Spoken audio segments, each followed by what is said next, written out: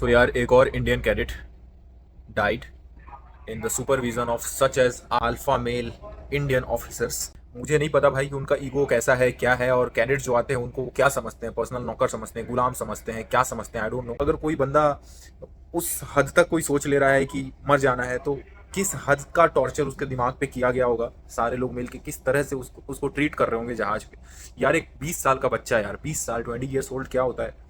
एक reputed company fleet management में जाता है, जब सिलेक्शन होता है फ्लीट में तो बच्चे बड़े खुश होते हैं कि भाई लाइफ सेट है, अब तो यहाँ से कैडेटशिप करेंगे और सेकंड मेट्स बनेंगे, बहुत सारी चीज़ें होती हैं, बहुत सारे सपने देखते हैं। फाइनली होता है ये है कि वो जाते हैं और यहाँ पे जो ऐसे राक्षस बैठे हुए हैं, उनके सो कॉल्ड टॉर्चर्स और थिंग्स, आई डोंट नो यार कि क्या होता है उनका माइंडसेट, क्या नहीं होता यार। लेकिन फाइनली एक बच्चा तो चला गया और ये सब हाथ झाड़ लेंगे शिप पे। पता है कमाल की चीज़ क्या है, अगर किसी को कुछ होता है ना तो बचने का बड़ा आसान तरीका है। एक लॉग एंट्री होगा, ये हो गया, वो एक बढ़िया सा प्रूफ बन जाता है, बाकी सबका मुंह शांत कर दिया जाएगा, फ्रीजर में बॉडी डाल दिया जाएगा, कंपनी में इन्फॉर्म कर दिया जाएगा बंदा सुसाइड कर लिया। बहुत सारे कांड हुए भाई कैडेट्स के मरने का। कोई होल्ड में बंद हो गया मर गया, कोई बैलास्ट टैंक में बंद हो गया मर गया, नाखून के स्क्रैचेस तक आ गए। रिसेंटली एक बच्चा था वो भी ऐसी टॉर्चर में मरा। अब बलराज ये भी ऐसी टॉर्चर में मरा। और भाई यूनियन, शिपिंग यूनियन, भाई आप लोगों के लिए मेरा ये जस्ट टेक दिस, ये आपका रिवॉर्ड है आप लोगों के लिए, क्योंकि आपके बस का घंटा बेंचो कुछ नहीं है। ठीक है, पैसे लो, हर हर कॉन्ट्रैक्ट से आने के बाद पैसे लेते हैं हम। वेलफेयर मैनेजमेंट है बहन चो, जितने यूनियन वाले हैं ना सब साले एजेंट बन चुके हो तुम लोग। ठीक है, तुम अब क्या करते हो, अब पैसा लेके और ज्वाइन कराते हो और चुकियापा करते हो, और नाम अपना यूनियन रखा है लेकिन तुम हो भाई एजेंट। अब मेरा जो जिसको उखाड़ना उखाड़ लेना, अविनाश सिंह नाम है मेरा। अब सब साइलेंट है, सब जिप अप, किसी के मुंह से कुछ नहीं निकलेगा। बहुत बड़े बड़े सो कॉल्ड मसीहा भी बनते हैं कुछ लोग, सी फेरर्स का मसीहा, सब साइलेंट मोड में चले गए सारे मसीहा। उस बच्चे का जो वॉइस रिकॉर्डिंग आप सुनोगे ना, लिटरली यार वो जो पेन है ना, you will come to know. मैं इस वीडियो में डाल दूंगा, वो वॉइस रिकॉर्डिंग में डाल दूंगा, उसके फादर का पूरा वीडियो डाल दूंगा। You will come to know यार कि व्हाट वाज द पेन, वो किस दर्द से गुजर रहा था लड़का। वैसे ही बोल रहा है थोड़ा, उसको तो कुछ बोल नहीं सकते। चल मैं तो इग्नोर ही करता हूँ भाई। मुझे बुली करता है साला यार, बुलिंग बुलिंग करता है मेरी बहन। ऐसा नहीं, बुरा भी लगता है ना, ऐसी ऐसी कभी कभी बात बोले बहन तो दिल में चुभ जाती है यार। आई मीन अब कटु वचन बोलते हैं ना, जिसे सीधा दिल में जाके छूटती है भाई। खैर यार, दोपहर का रेस्ट मिला, अभी सोने जा रहा हूँ। मेरा नाम विक्रम सिंह है। मैं बलौंगी मोहाली पंजाब का रहने वाला हूँ। मेरा बेटा बलराज सिंह फ्लीट मैनेजमेंट में एक डेक कैडेट था। उसकी ट्रेनिंग जेल ग्लोरी वेसल पे लगी थी। 16 तारीख को कंपनी के बंदे रात को 9 सवा 9 बजे करीब हमारे घर पे आए और उन्होंने आके मुझे बोला कि आपका बेटा इस दुनिया में नहीं रहा। जो मेरे लिए सुनने के बाद मुझे उस पर यकीन नहीं हुआ। इसी तरह सारी रात निकल गई। तो सुबह उन्होंने फिर मुझसे कांटेक्ट किया और मुझे कहा अगर आप अपने बच्चे की बॉडी लेने के लिए जाना चाहते हो तो वो उसके लिए पेपर अरेंजमेंट कर सकते हैं। मैंने इसके लिए हामी भर दी। साथ ही मैंने कहा भी मैं अकेला नहीं जा पाऊंगा, मेरे साथ मेरा कोई बंदा, मेरा भांजा जाएगा। तो उन्होंने कहा ठीक है, वो उसका भी पेपर वर्क करा देंगे।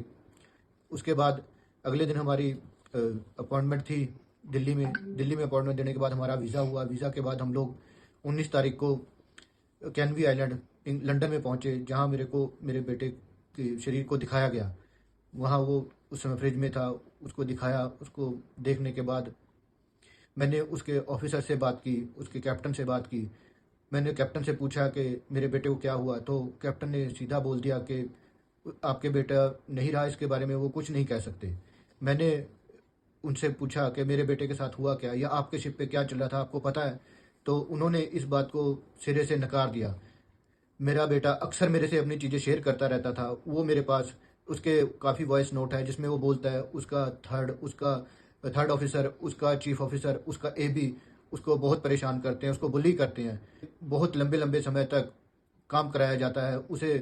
रेस्ट नहीं मिलती बिल्कुल भी। उसके साथ उसके धर्म को लेकर मजाक किया जाता है, उसको मेंटली टॉर्चर किया जाता है। वो मेरे से ये सब बातें शेयर करता था।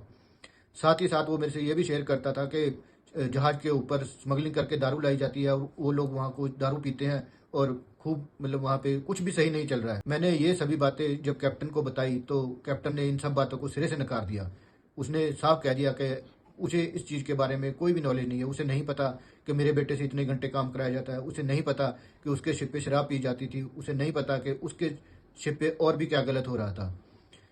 लगभग 20-22 दिन लंदन में रहने के बाद मैं 7 तारीख को अपने बच्चे का पार्थिव शरीर लेकर मोहाली आ गया और उसका संस्कार किया।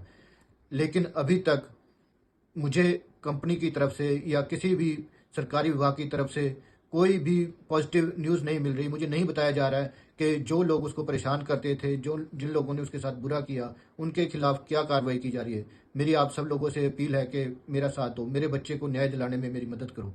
Thank you. हाँ, इस केस में captain, chief officer, third officer and AB, इनका नाम इनके फादर ले रहे हैं। एक इन्वेस्टिगेशन होना चाहिए और अगर गिल्टी हो तो इनको भाई फ्लाई करवाओ। मेरा एक चीज़ है भाई कि अगर जहाज़ पे आपके साथ कुछ ऐसा होता है तो हर किसी का एक लिमिट का रेंज होता है, उस लिमिट तक बर्दाश्त करो, नहीं तो सीधा साइन ऑफ करो घर, और लाइफ से बड़ी कोई चीज़ नहीं होती। And again for all the unions, thank you.